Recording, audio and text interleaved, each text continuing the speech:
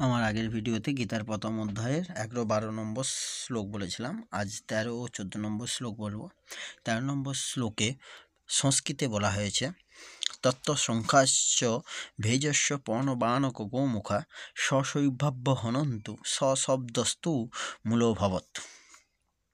আর এর অনুবাদ হচ্ছে, তারপর শঙ্খ, ভেরি, পণব, আনক, ঢাক এবং সিংহাসমূহ হঠাৎ একত্রে ধ্বনিত হওয়ার ফলে এক তুমুল শব্দের সৃষ্টি হয়েছিল।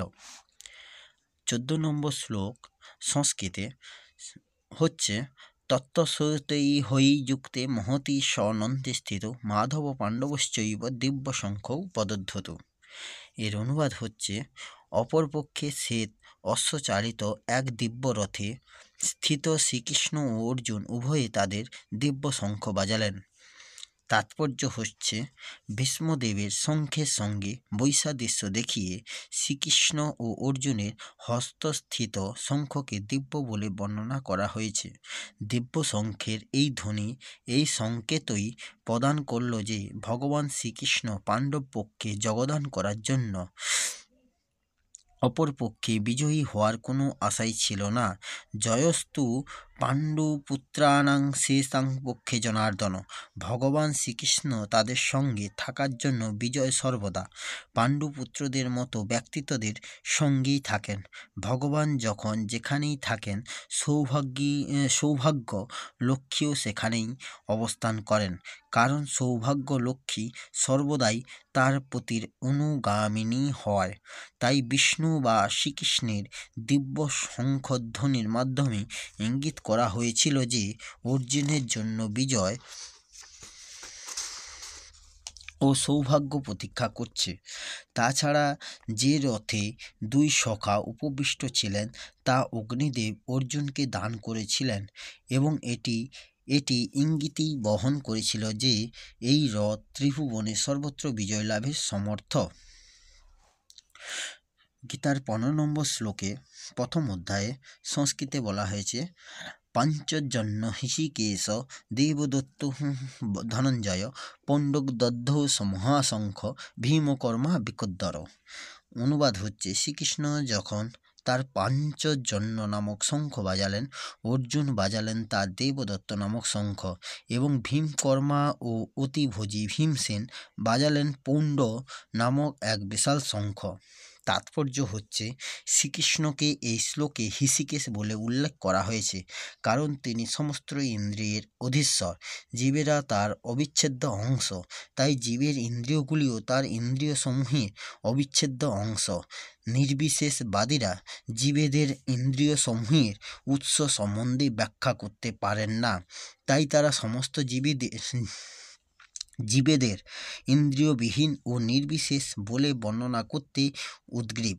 সমস্ত জীবের অন্তরে অবস্থান করে ভগবান তাদের ইন্দ্রিয়গুলিকে পরিচালিত করেন, তবে তিনি সেটি করেন জীবের শরণাগতির মাত্রা অনুসারে এবং শুদ্ধ ভক্তের ক্ষেত্রে তার ইন্দ্রিয়গুলিকে ভগবান প্রত্যক্ষভাবে পরিচালিত করেন। এখানে কুরুক্ষেত্রের যুদ্ধক্ষেত্রে অর্জুনের দিব্য ইন্দ্রিয়গুলিকে ভগবান সরাসরি পরিচালিত করেছেন, তাই এখানে তাকে হৃষিকেশ নামে বিশেষভাবে অভিহিত করা হয়েছে। ভগবান বিভিন্ন কার্যকলাপ অনুসারে তার ভিন্ন ভিন্ন নাম আছে, যেমন মধু নামক দানবকে সংহার করার জন্য তার নাম মধুসূদন, গাভীয় ইন্দ্রিয়গুলিকে আনন্দ দান করেন বলে তার নাম গোবিন্দ, বসুদেবের পুত্ররূপে অবতীর্ণ হয়েছিলেন বলে তার নাম বাসুদেব, দেবকীর সন্তান রূপে অবতীর্ণ হয়েছিলেন বলে তার নাম দেবকী নন্দন, বৃন্দাবনে যশোদার সন্তান রূপে তিনি তার বাল্যলীলার প্রদর্শন করেছিলেন বলে তার নাম যশোদানন্দন, এবং সখা অর্জুনের রথে সারথি হয়েছিলেন বলে তার নাম পার্থসারথি। সেই সময় কুরুক্ষেত্রের রণাঙ্গনে অর্জুনকে পরিচালনা করেছিলেন বলে তার নাম হৃষিকেশ। অর্জুনের এই শ্লোকে ধনঞ্জয় বলে অভিহিত করা হয়েছে কারণ বিভিন্ন যাগযজ্ঞের অনুষ্ঠান করার জন্য তিনি তার জ্যেষ্ঠ ভ্রাতাকে ধন সংগ্রহ করতে সাহায্য করতেন। তেমনি ভীম বিকন্দর ভীম বিকোদর নামে বিদিত, কারণ যেমন তিনি প্রচুর পরিমাণে আহার করতে পারেন, তেমনি তিনি হিড়িম্বি আদি দানবকে বধ করার মতো দুঃসাধ্য কর্মও সাধন করতে পারতেন।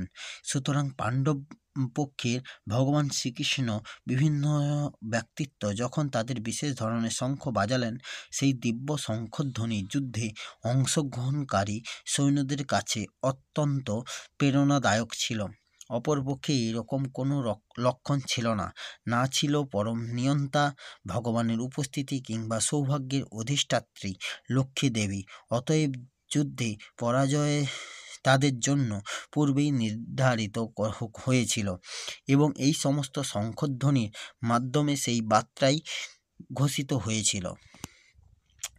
এরপরে 16, 17, 18 শ্লোক তাৎপর্য সহ ব্যাখ্যা করে বলবো পরের ভিডিওতে।